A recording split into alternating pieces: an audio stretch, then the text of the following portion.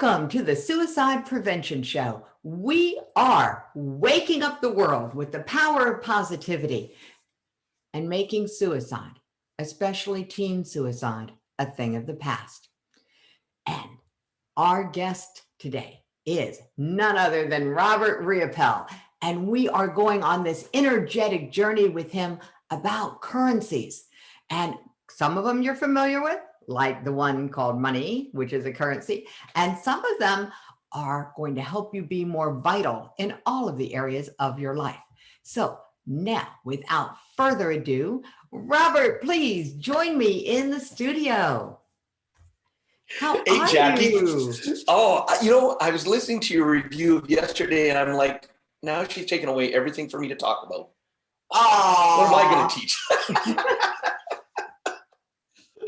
That sounds like an awesome lineup that you had yesterday. And I cannot wait to go back and start watching some of those, because it sounds like you just keep bringing on the most amazing guests. And then I go, okay, why is she calling on me then to come up on stage as well? Oh yeah, like you're not amazing in your own way. Well, I say that in joke because isn't that the way the mind works, right? We start comparing ourselves to other people and we start going, wow, they're amazing because of this and this and this. Really, who am I? Why am I? And I want people to know right off the bat, the reason I'm starting with this is because I don't care who you are. Everybody's mind does this at some level.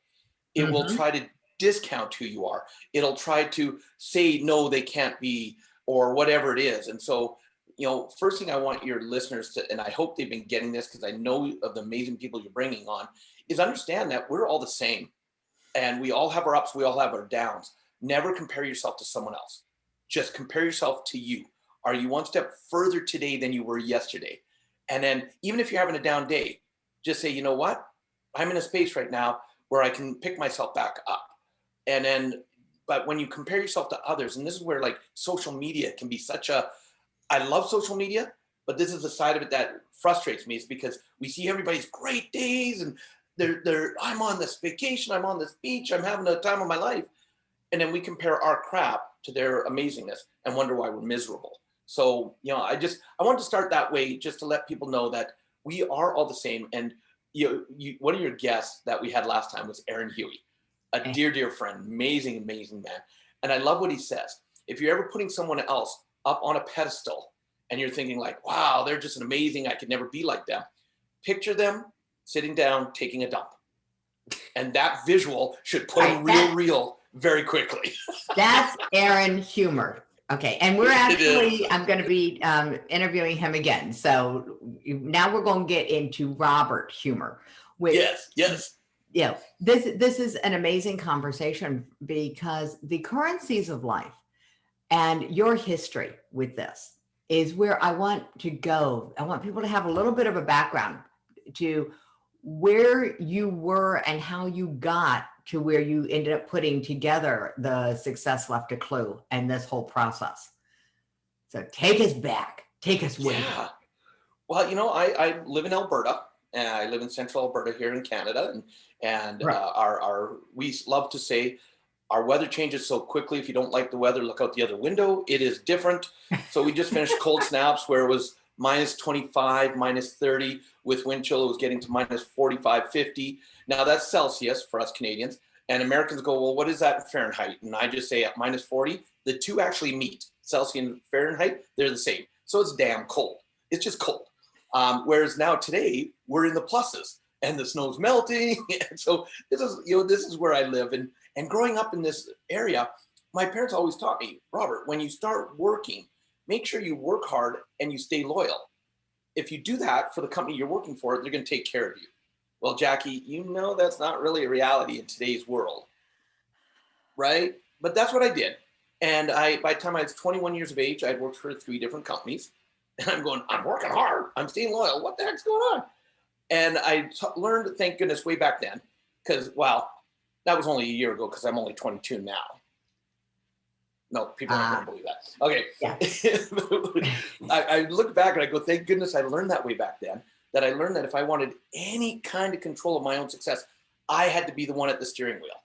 And so from there, the only work I could find at the time, because our economy was in the tanks, I started delivering pizzas for Domino's Pizza. From there, I went to becoming a manager just over a year later. And from there, my wife and I ended up becoming franchisees just over a year later. Because, yeah, and get it, we did it with no money of our own. We bought 2 stores, and we did it just by having passion and learning. Key there, learning and having the passion. We had the ups, we had the downs. There was days I wanted to give up. This is not working. Thank goodness my wife wouldn't let us. You know, we just kept going for what we wanted. Franchisees for 9 years, started making pretty good money. But our mindset, our blueprint was set to spend more money than we were earning. Do you know anybody like that, Jackie? Yeah, I've been hearing that a lot lately. You know, more money does not solve problems unless you have more management to go with it. Exactly. Yeah. So by the time we were franchisees for 8 years, we were now over $150,000 in debt, and we were going down quickly. And that was when we were actually introduced to personal development. Now, for years, I've been told about personal development. As an example, and this will date me, Jackie. My brother-in-law, he said, Robert, there's this guy named Tony Robbins. I just bought his cassette tape learning series. You got to listen to it. Cassette tapes. And I'm like, I'm not listening to this guy, right? But I was introduced out of necessity because of the financial position we were in to personal development. And all of a sudden that just blew open our lives.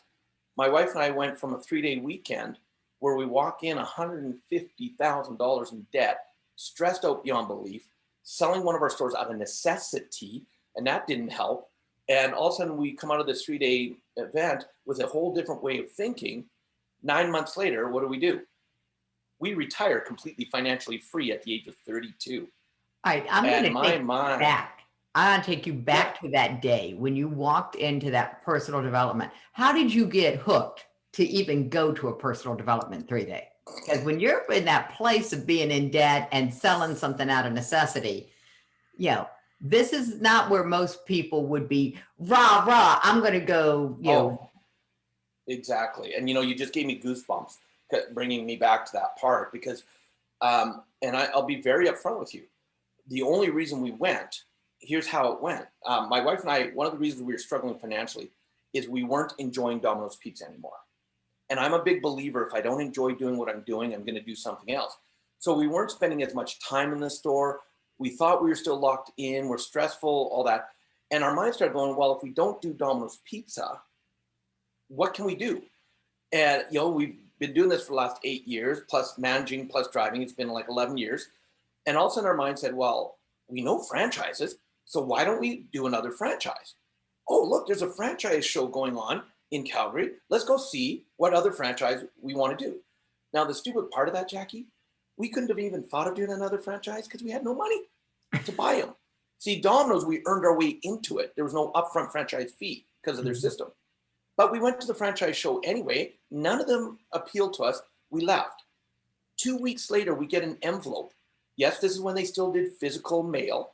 And we got an envelope with a stamp on it in the mail. And it said, thank you for visiting our booth. Here's 2 tickets to an amazing evening.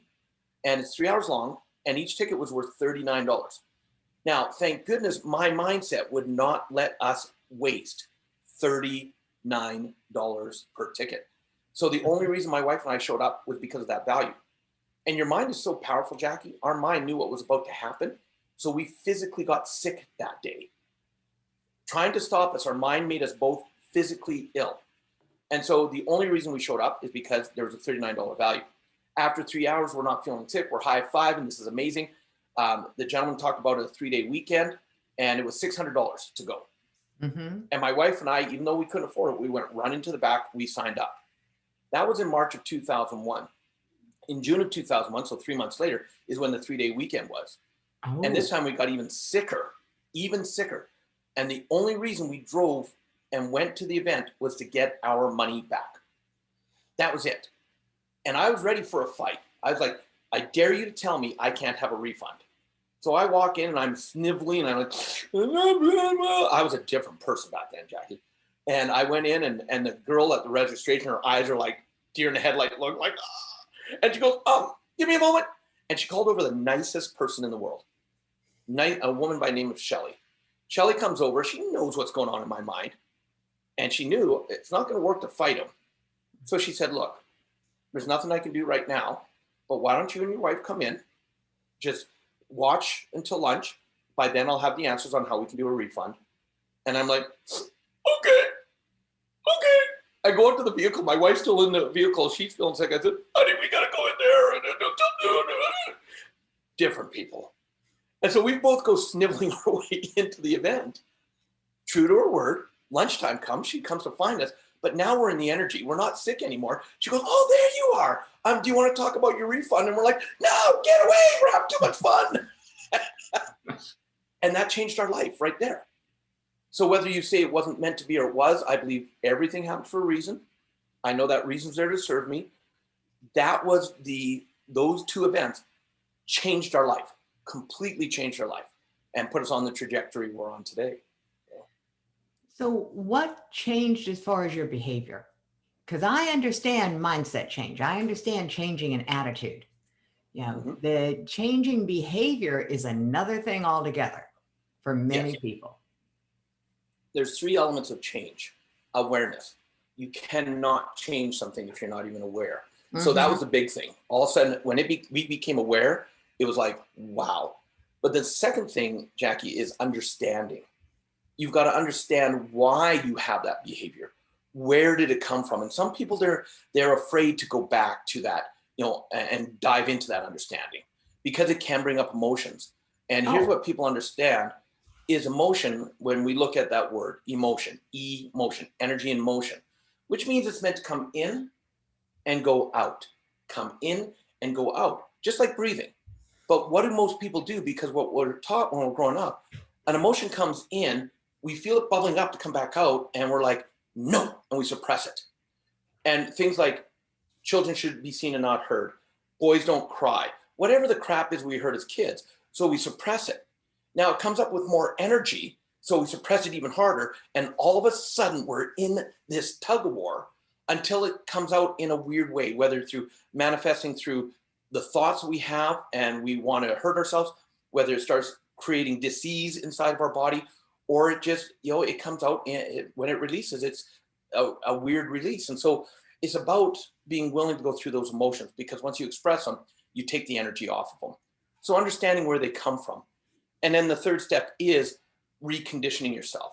That's the practical things right there. How do you, on a cellular level, do you say, you know what? I like this information. I believe it can help me.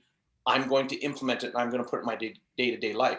So in that 3-day weekend, we went through all three of the processes, and we did such an emotional release that we are now a cleaner vessel, ready to truly take on new information and new habits, creating new habits.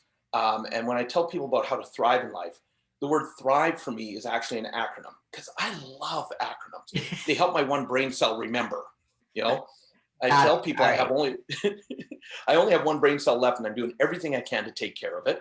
And people go, well, why would you put yourself down like that? And I say, it's not. I'm reminding myself that I still have learning to do. Because the moment I think I know everything, I'm done. And so THRIVE stands for True Habits Represent an Individual's Values and Experience. Whoa, I can't write that fast. True habits represent. Okay, got that part. And individuals, values, and experience. Wow. Okay. Meaning, you can watch someone and you can tell a lot about their life. And a difference between a true habit and a regular habit, think of like brushing your teeth. For most people, that's a true habit. You don't even think about it. You just do it. It's so subconscious. So because you've done it so many times, you don't have to sit there and go, oh yes, up, down, up, down. You don't have to think about it. Can you imagine if you had to do that? Whereas a new habit is something where you do have to put the thought in. And this is what messes most people up, is because adopting a habit isn't always easy. So you do have to think about it. So the key is to stick with it until it becomes such a true habit. It's now in your subconscious and it's just automatic. I love one of my favorite quotes from one of my mentors' book, Secrets of the Millionaire Mind. Every master was once a disaster. Right? Yes, Secrets of the Millionaire Mind. That's T. Harv Ekker's book, right? That's correct. Yeah. And that quote, because now I've been blessed, Jackie, to travel around the world before COVID, of course. And I've personally trained well over 500,000 people in 3 to 5 day seminars. And people go, Robert, you're an amazing trainer. And if you would have seen me, Jackie, when I started and I first said, I want to be a trainer, people would look at me and go, you want to be a trainer? Because thank goodness I was too tenacious to, not give up on my dream. You've been managing pizza slingers. I mean, you've been training them, right? Right. But and exactly, there really is no difference. However, it's learning the technique. So in the beginning, I'd be like, if I'd ask a question using something called accelerated learning, you raise your hand. And so a regular habit would be that you're thinking about, it'd be like, how many of you are ready to change your life? And you can and maybe it's not taking that long, but you're actually having to think about what to do. Whereas today, when I'm on stage, my hands are moving. I'm using NLP. I know how to engage my audience because I don't think about it anymore. It's so ingrained. It's a true habit. And so that's a big key right there, is know that you're going to go through yuck. You're going to go through having to do stuff to get it ingrained. And we're going to look like idiots when we're learning. I mean, this is just part of the journey. I mean, yeah. And I'll tell you, from a people pleaser, a reformed people pleaser, I like that about you. Yeah, looking stupid was a big issue for me. And now it's like, I thrive on looking stupid. Well, and because if you can't laugh at yourself, who can you laugh at? And one of my beliefs, Jackie, is there's way too many serious people on this planet. Life's too short not to have fun. So if I can help someone brighten their day just by a smile or just by a little joke or giving them a hug or whatever, that brightens my day, because life is too short not to enjoy it. And especially with things like coronavirus, the stress and struggle people have put extra on themselves. Maybe they're not able to get out and socialize as much as they'd like to. Oh my goodness. How do we, I've just been hearing radio ads for our area here where they're talking about please volunteer. And this volunteer group is simply you volunteer to reach out to people once a week just to say, hey, how are you doing? And they have a list of people that aren't getting a lot of interaction. And because that one phone call, how much of a difference could it actually make in someone's life? You never know. You never know. You never know. Yeah. Well, and that's the whole premise behind the pure prevention movement, is that you will never know how many lives you impact or whose life you might save. And when we talk about how do you create this impact where you are positively impacting the world, impacting in a positive way, no matter what it is that you're doing. So this 3 steps, the awareness, the understanding, and then the reconditioning. And understanding really involves being willing, understanding that you have to be willing to put forth the effort to change a habit or to create a new habit. Yeah, absolutely. Effort will be required. Yeah, and that's it. That's exactly it. And to going back to your one point, one of the greatest, I believe, and it's just my opinion, I want to be very clear on that. My opinion is one of the greatest gifts anybody can give this planet is to just be you. Just be you. Because if you're trying to be someone else, then you're trying to change things to please someone. And when you're just being you, there's going to be some people that love you, and that's great. There's going to be some people that don't like you, and that's great. If they don't, and this is true love for me. True love is when you love someone for who they are, not who you think they should be or what they can do for you. See, that's conditional love. And I'll again only come from my own experience. When I was that people pleaser and I was trying to get people to like me, that was so stressful. My mind said I had to have everybody like me. And I don't know why, but that's where my mind was. And today I get that was some of the biggest crap out there. I would rather have and associate with people who go, yep, that's Robert, and we love him for who he is. We don't want him to change, than trying to spend all my time on getting people to, like me, because I'm now trying to be how they think I should be. There's over 7 billion people on this planet, right? You're not going to please go all. ahead. Yeah, I'm gonna just interrupt because I want to unpack this a little bit. This whole idea of being me. And you said you didn't understand this. We get this load of crap that says, everybody has to like me. And I think this morning, actually, I got a clue into where that comes from. And the base it came from was a place of not feeling safe. If someone didn't like me, it didn't feel safe. Yeah. And so it was about the survival energy of I have to feel safe. That means everybody has to like me, because if they don't like me, it doesn't feel safe. And shifting that is a habit worth talking about.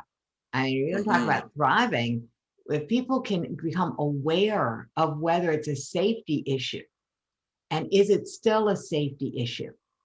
It might have been true in one moment of our lives when we were little, because let's face it, if we get abandoned when we're a baby, we die because we're not self-sufficient. Correct. If we don't challenge that belief and change it, though, it can absolutely devastate our lives, because we go around seeking safety rather than feeling safe. Yep.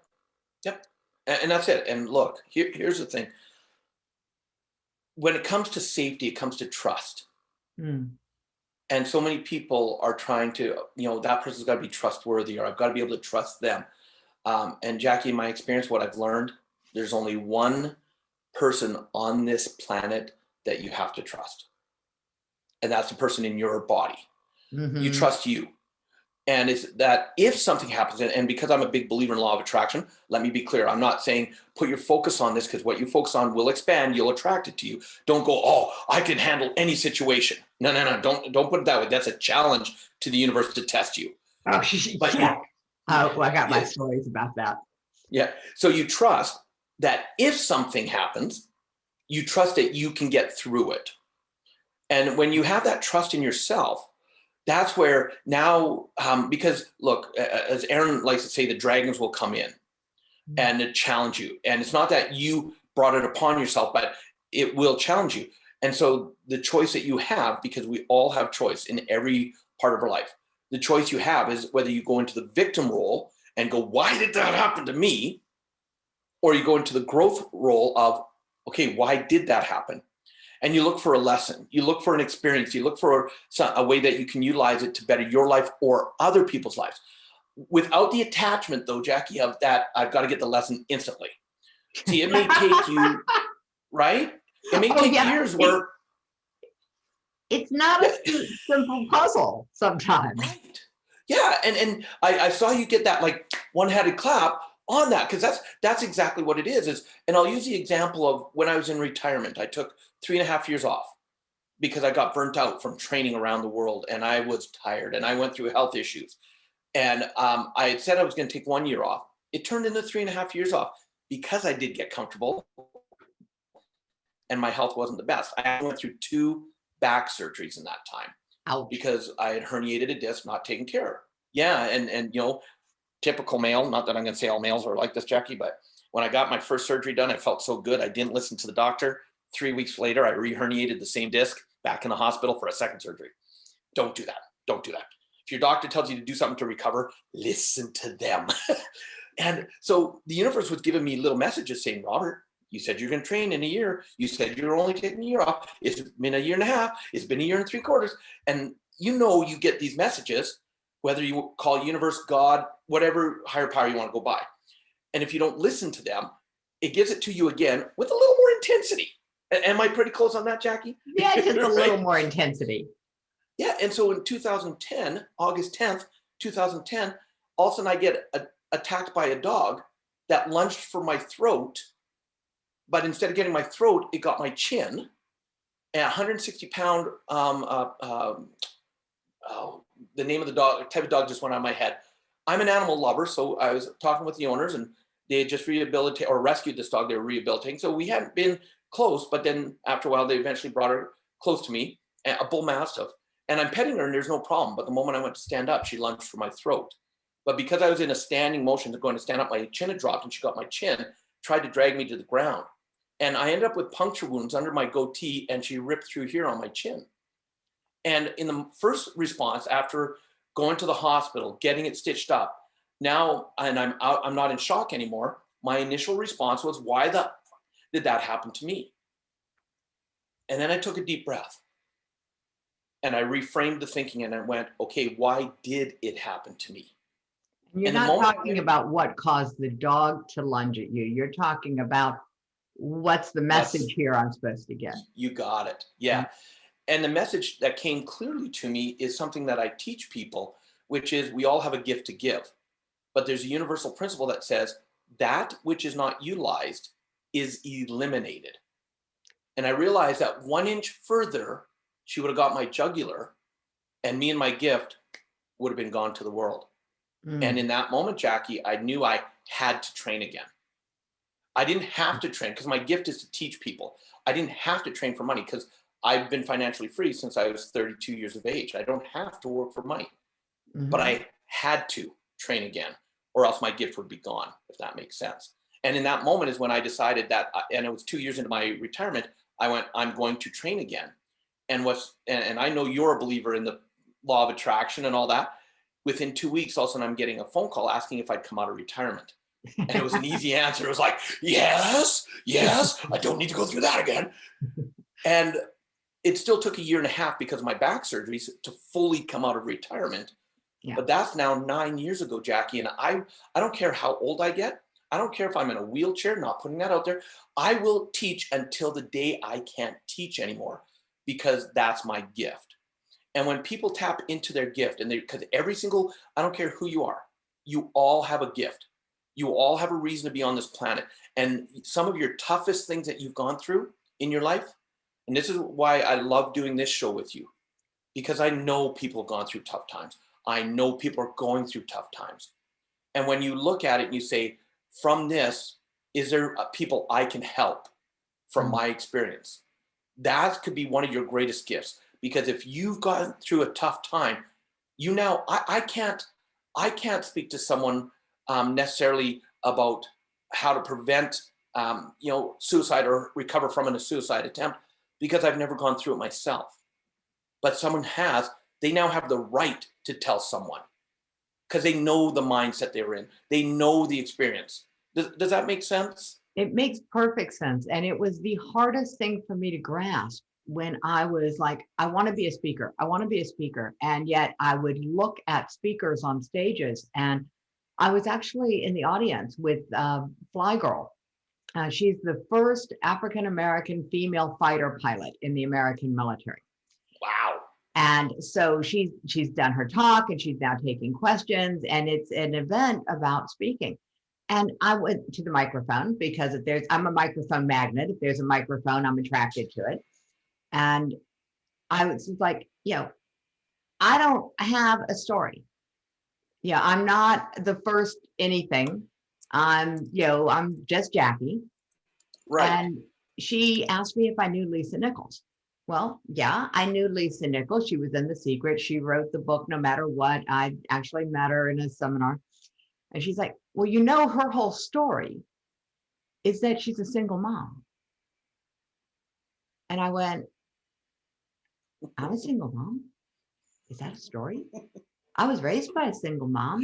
We didn't talk about it. My mama was a single mom back before that was a socially acceptable thing to do. So it put me on the wrong side of the tracks in small towns in North Carolina growing up. So why would I talk about that? And then I realized that was the problem I was having. I was asking the wrong question. All my single ladies, all my single ladies, all my single ladies. That's exactly it. That's exactly it. Is we discount what we actually have to contribute. We discount how amazing we are. A great friend, Les Brown, maybe Brown's baby boy, Les Brown, you gotta be hungry. He says, you have greatness in you. And we do. But until we're willing to acknowledge it in ourselves, because we're so used to being focused on it and looking at all the crap in our life, looking at all the crap that we don't look at the amazingness. And it's like, you know what? I got through that. I got through that. Yes, I've experienced that. So, and if I can help someone, because I went through pain. So if I can help someone get through that better than I did, with a little less pain than I did, win. That's the key, right? a little more grace would be nice. Yeah. Yep. The other thing is that gets in the way is that back to that people pleasing. If people don't like me, it's not safe. Is this idea that if you got to know me, you would leave me. You know, Oh my it's God. this self. Yes. Yeah.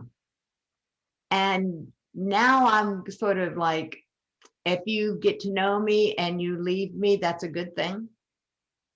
Yeah. You still have to get to know me. Hmm. Yeah. I made it my life's work when I took on the mission with the Teen Suicide Prevention Society to help people get to know, like, and trust themselves. And Yes. that's the cornerstone of what I'm doing now, is just that one piece of the journey to get to know, like, and trust yourself enough that you're willing to let people get to know you. I mean, Yes. that's like, oh, there's a prerequisite. Before I'm willing to let somebody get to know me, it would be good if I got to know myself, maybe liked myself and trusted myself. Yep. Then I can let people get to know me. But this Yep. journey to do what I'm doing now was predicated on that one exercise that I created.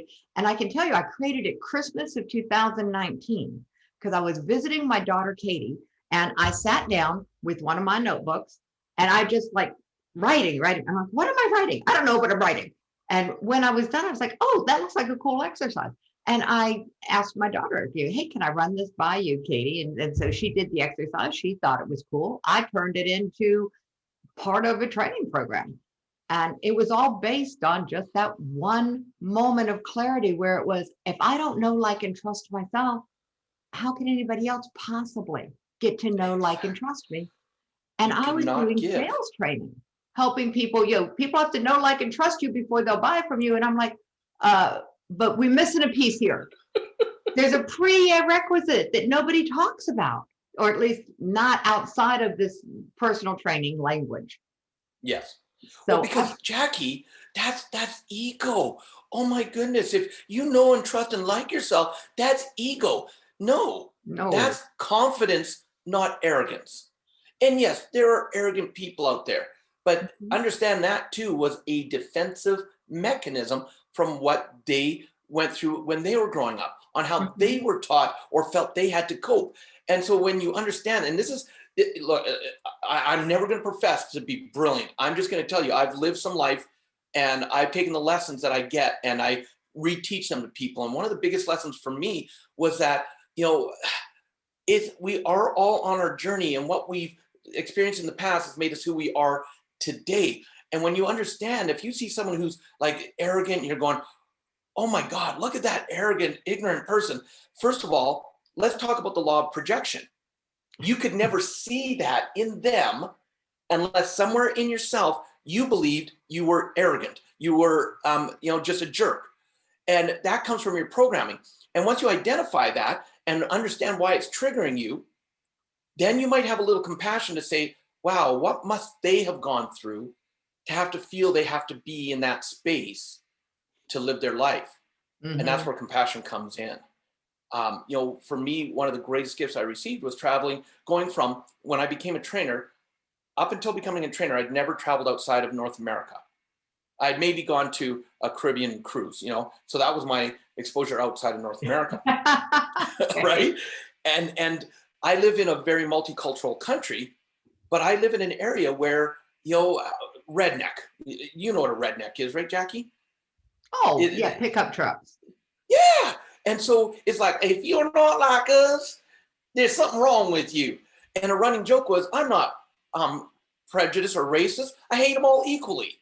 This was what I grew up in. And so I still, even though I was learning and saying, no, that's not the way I am, in the back of my mind, there's still a little bit of that. The moment I started traveling around the world, I started to see cultures. I started to experience cultures.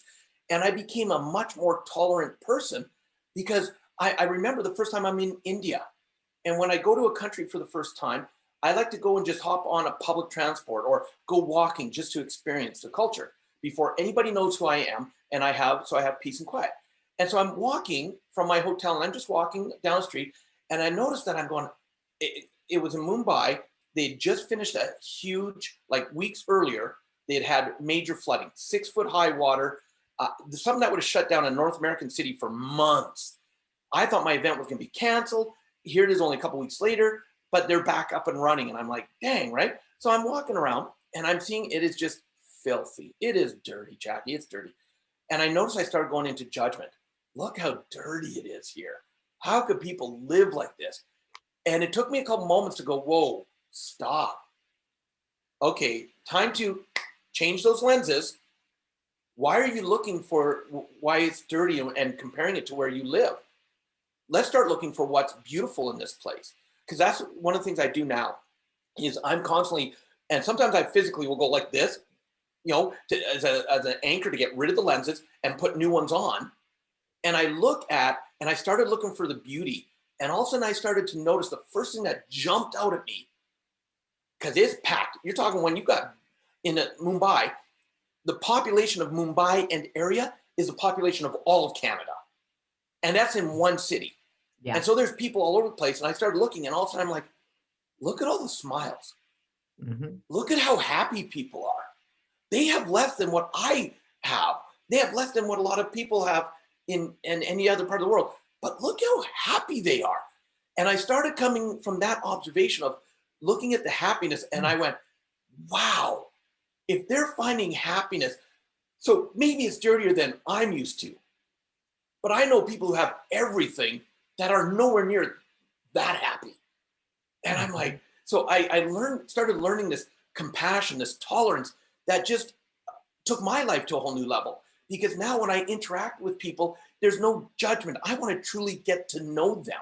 I want to get to know another people. Oh, that culture, they are always like this. I'm like, great, that's your observation. That's not my experience. Yeah. From their culture, that's normal to them. Mm-hmm. So why is it good or bad or right or wrong? Just because it's different?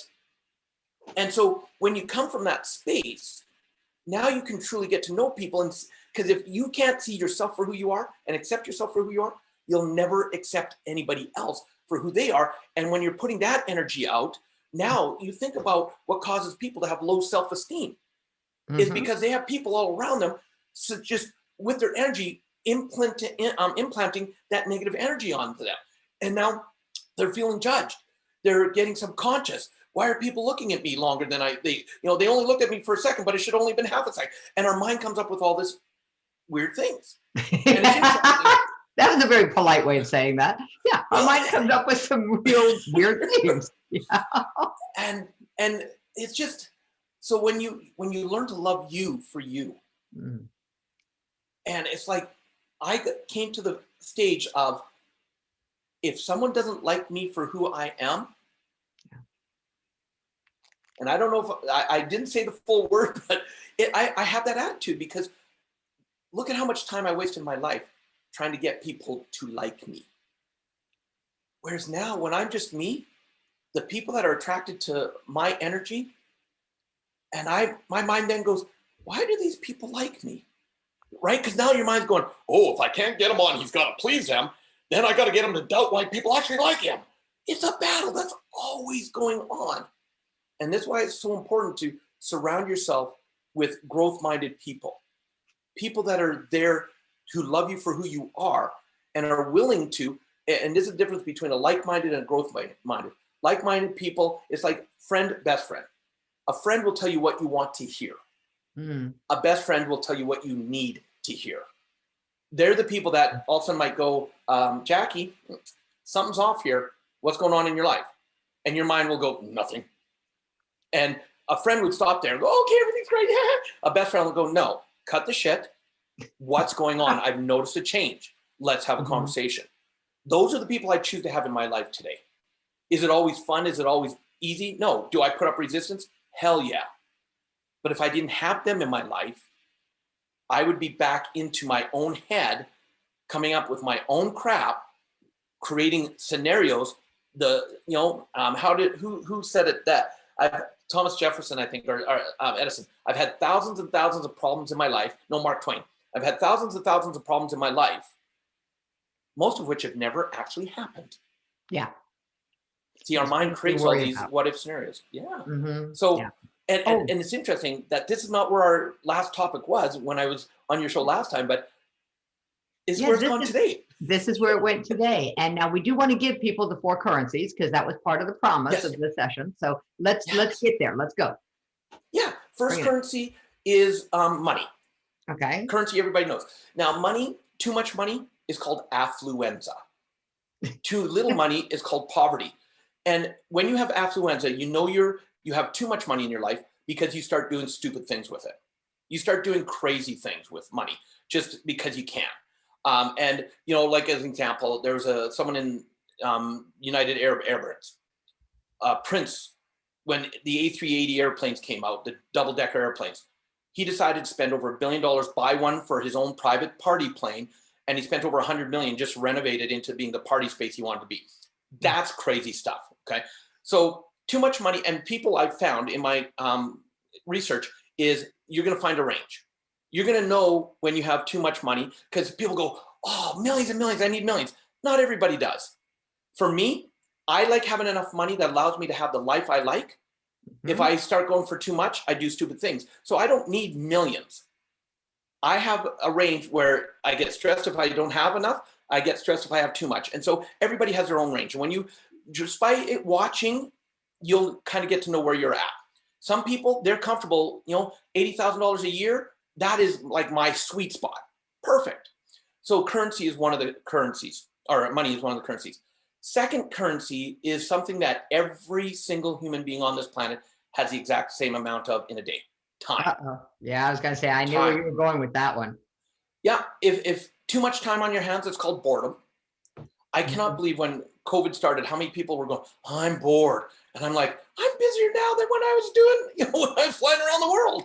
So too much time is boredom. Too little time is stress. And so you got to understand that we all have the same 24 hours. The question is what do you do with it? And there's things like each day, there's things that I take time for me. It might be 5 minutes. It might Mhm. be 20 minutes reading a book. I might just sit down and listen to an app that I love, which is called Calm, to calm my mind. I listen to the sound of rain. And I'll listen for 20 minutes because it takes about 10, 11 minutes for my mind to start quieting down. And then I get into that space of being present. And that's one of the ways I take care of me. So Mhm. time is what are you doing with it? Third currency is called fame. Fame.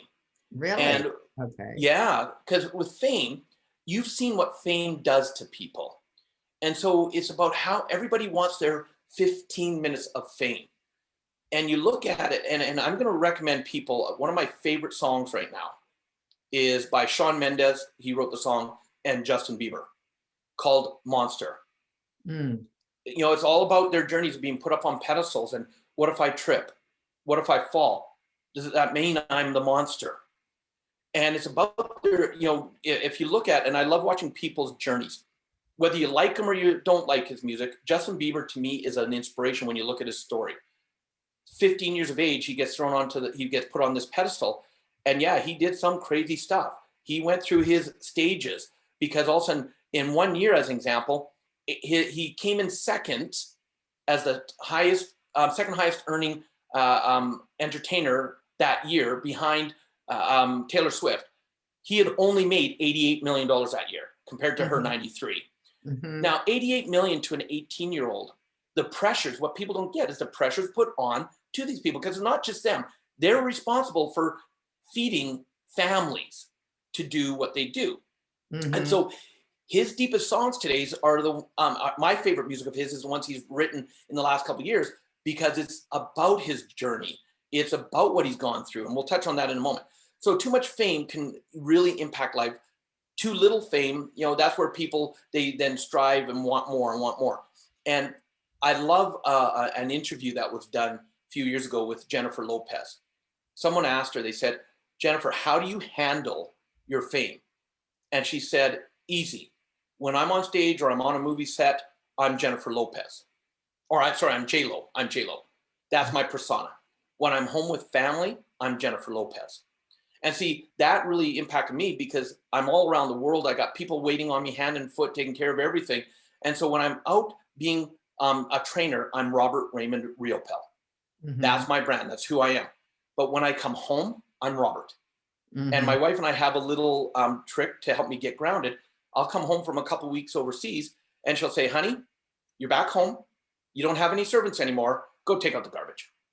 And it's our running joke because it grounds me. Yeah. It grounds me because I'm no better than anybody else, Jackie.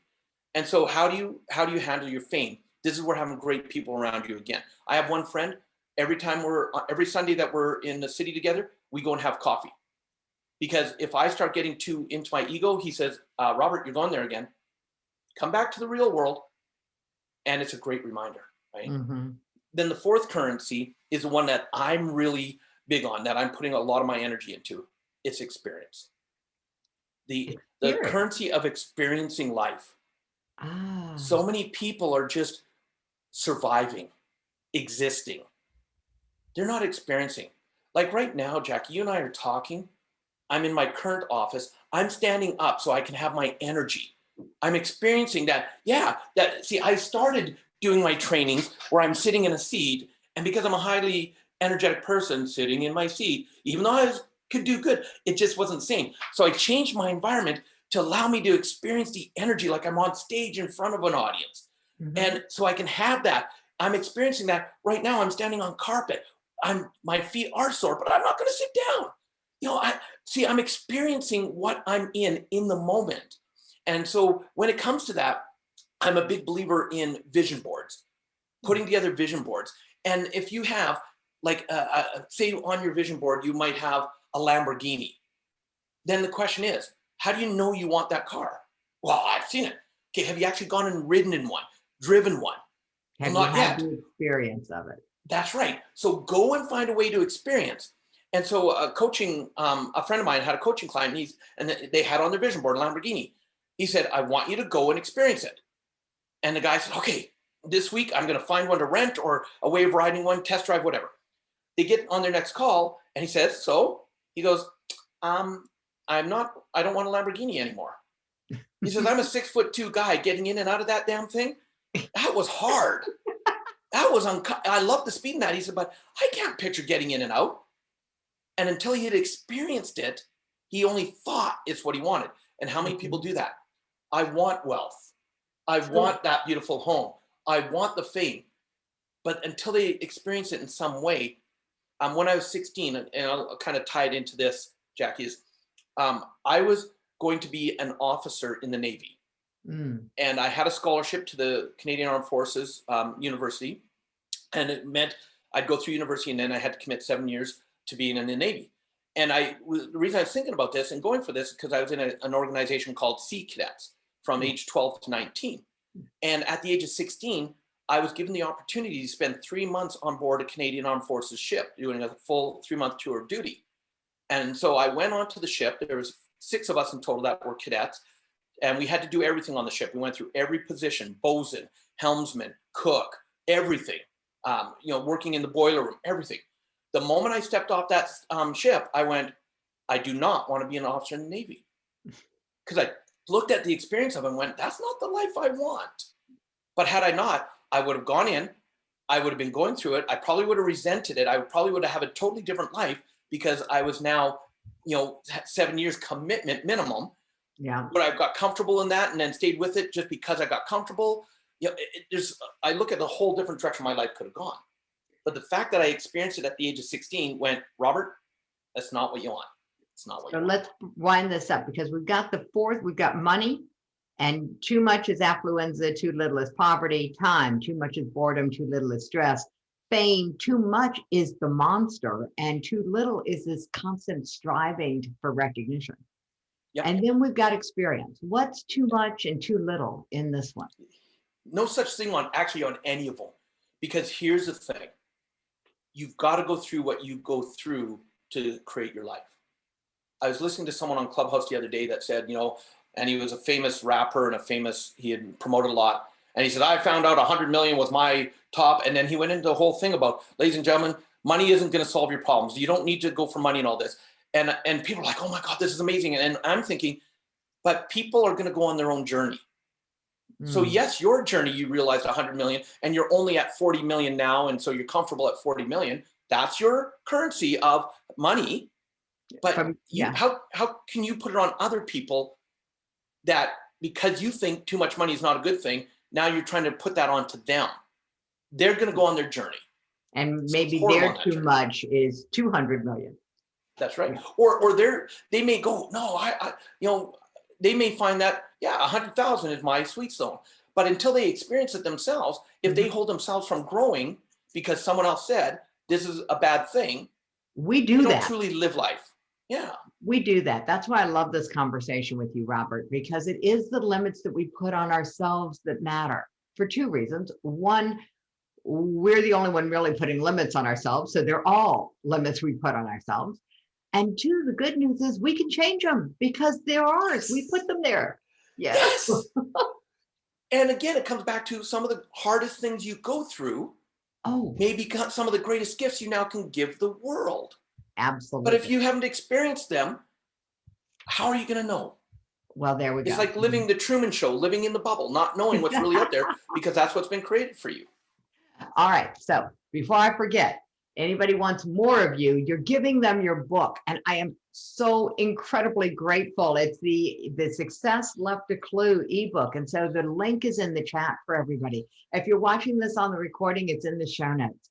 So Robert, this has just been delightful. I could not thank you enough for making time to be on the show today. My pleasure. My pleasure. All right. You get one sentence. What's the one thing you want them to know? Live life to the fullest and have fun. There we go. That's the words for today. Live life to the fullest and have fun.